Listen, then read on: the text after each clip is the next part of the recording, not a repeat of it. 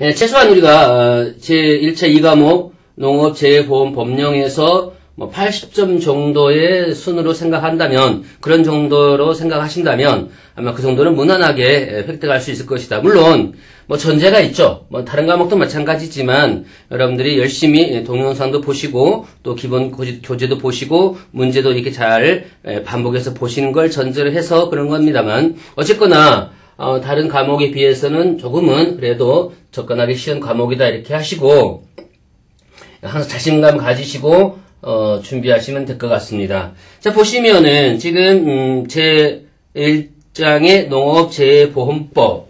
자, 우리가 농업이라고 했는데요, 그쵸?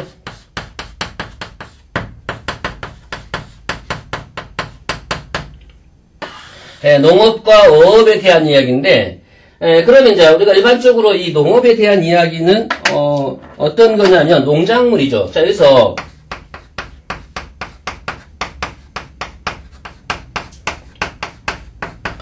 약간 쉬운 문제이긴 하지만 농산물이라고 하는 거하고 농작물은 다른 개념이다 라고 생각을 하셔야 돼요. 여러분, 우리가 일상적인 생활에서는 농작물, 농산물 해도 어떤 의미를 전달하거나 의사를 전달하거나 큰 어려움은 없지만 이 시험을 대비할 때는 이 사소한 단어 하나하나가 사실은 정답과 오답으로 될 수 있는 가능성이 많습니다. 왜 이런 말씀을 드리냐면, 더군다나 우리 농업재해보험 법령이 이렇게 분량이 많지가 않거든요. 그러면 시험이라고 하는 게 법령하고 시행령, 그 다음에 시행규칙이 있어야 되는데 현재까지는 시행규칙은 나와 있지는 않고요. 행정고시나 이런 건 있습니다만 아주 다 합해하더라도 여러분들이 현재 가지고 계시는 그 교재 정도의 분량이니까 굉장히 적은 양이잖아요. 물론 이제 그것도 부담스러워서 많다고 생각하시는 분도 계시지만 어쨌든 다른 법에 비한다면 상당히 적은 분량일 텐데, 그런데 출제 범위가 이 안에 다 있다는 거죠. 그러면은 일반론을 출제하기도 하겠지만, 물론 그렇습니다. 약 70%는 일반적인 이야기를 가지고 출제를 하겠지만 한 30% 정도는 좀 세세하고 세밀한 곳에서 낼 수밖에 없는 거죠. 왜냐하면 범위가 넓으면 일반적인 걸로 그렇게 채워도 큰 문제가 안 되는데, 만약에 범위가 좁은데 일반적인 걸로만 채우자면은 계속 문제가 중복되기도 하고, 그래서 아마 출제하는 데 어려움이 있을 거예요. 그러다 보니까 앞으로 중요한 대목에서는 제가 말씀드리겠습니다만은 이렇게 용어 자체가 같은 거하고 비슷한 것을 가지고 있을 때 비슷한 것을 쓰면 안 된다는 거죠. 그죠? 선택하는 것이니까. 그래서 공부를 하시다 보면은 농작물이나 농산물이나 별반 다를 게 없지 않느냐라고 생각할 때 그 점 좀 주의를 하셔야 됩니다. 그렇지 않다라는 거. 그 다음에 농작물, 임산물, 그렇죠?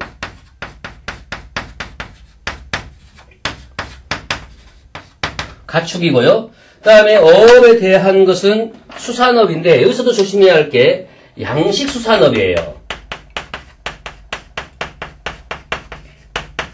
그러니까 양식이란 말이 없고 일반 수산업이다, 그냥 수산업이다 이렇게 얘기하면은 그것도 역시 올바른 진술이 아니겠죠. 그래서 특이한 현상은 농어업인데 여기에 농작물과 임산물과 가축은 농업 쪽으로 가고요.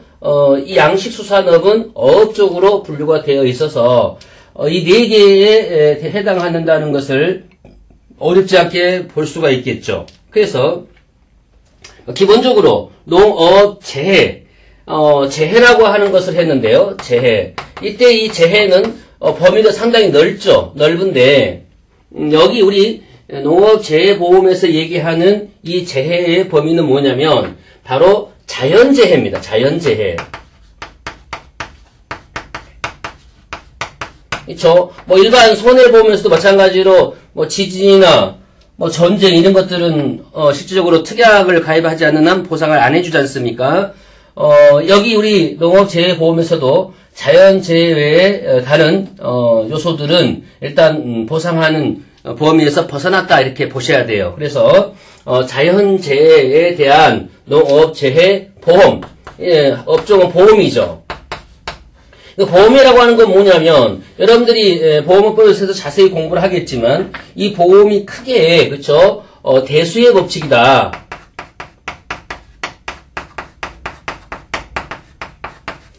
law of big number 또는 large number 이런 식으로 표현하는데 이 보험이라고 하는 게 대수의 법칙에 근거해서 만들어낸 것이고요. 그 다음에 일반적으로 이 재해보험의 상위법이 상법 중 보험편이고 그 보험 중에서도 일반적으로 보험은 생명보험, 손해보험, 제3보험 있죠. 우리가 이 시간에는 그런 거 가지고 공부하는 건 아니지만 어쨌든 포인트를 잡았을 때 이 자연재해는 손해보험에 속하는 거예요. 손해보험에 속하기 때문에 기본적으로 이 손해보험은 핵심이 뭐냐면 이득금지 원칙이죠. 그래서 수지상등이나 이득금지 원칙이다. 이런 여러 가지 요소가 있는데 어쨌든 이 재해보험을 왜 여러분에게 보험이라는 걸 강조를 하냐면 실질적으로 이 보험이라고 하는 건 계약자, 가입자가 보험에 가입하겠다는 의사 전달과 함께 그 다음에 보험회사가 그것을 승낙하는 즉 청약과 승낙이 있고 보험료를 납입을 하면 그때부터 계약이 시작되는 거거든요. 그러니까 이 재해보험은 자연재해가 아무리 크게 났다 하더라도 이 보험에 가입하지 않는 농가는 보상받지 못한다는 거예요. 핵심이 그겁니다. 그러니까 기본적으로 이 법에서 전제하는 건 뭐냐면 농가, 우리가 농가라고 표현을 하죠. 그것을 보험적인 얘기하면은 계약자 또는 가입자라고 하는데 이 계약자나 가입자가 보험에 가입했어야 한다 이 말이죠. 가입했어야 했을 때 이 보상이 들어간다는 얘기지 자연재해가 생겼을 때 어떠한 농가나 다 보상을 해준다. 그런 개념은 아닙니다. 그래서 재해보험이라는 말을 쓴 거죠. 보험에 가입해야 한다 이 말입니다. 그래서 농업재해보험법인데 법령인데 그 농업에 해당하는 건 농작물과 임산물과 가축에 해당하는 것이고 다음에 업은 양식 수산업인데 여기에다가 뭐가 추가가 되냐면 전부 부대시설이 있죠. 각 항목들의 시설물들이 있을 거 아닙니까? 그래서 부대시설을 함께 보상을 하겠다 하는 것이 이 법의 핵심이고요. 중간중간에 말씀을 드리겠지만 이 농업재해보험법은 실제 보험회사나 국가가 농가를 대상으로 어떤 이득을 얻고 어떤 영리를 추구한다는 것으로 설립된 게 아니에요. 핵심은 뭐냐면 실제 그렇지 않은 농촌이 힘들고 어려운 상황 속에서 국제적으로 많은 제약 또는 규약 이런 걸 통해서 그렇지 않아도 어려운 농업인들이 어떤 활로나 이런 것들을 모색을 해야 될 텐데요. 국가에서 직접적인 지원을 해줄 수가 없는 것이고 정부에서도 마찬가지로 해줄 수 없는 것이고 그래서 이러한 재해보험법을 통해서 최소한 재해가 났을 때에만이라도 농가들에게 이렇게 보상을 하겠다라는 것이죠. 그래서 실제 여러분들이 이제 공부하다 보면 그런 내용이 나오지만 여러분들이 보험을 한두 개씩 다 가입을 한 걸로 제가 판단할 수 있을 텐데요. 기본적으로 자동차 보험은 다 가입을 해야 되는 거니까. 그런데요, 이때 보험료를 국가에서, 즉 정부에서 일부를, 대납해주는, 대신 납부해주는 그런 보험은 존재하지가 않죠.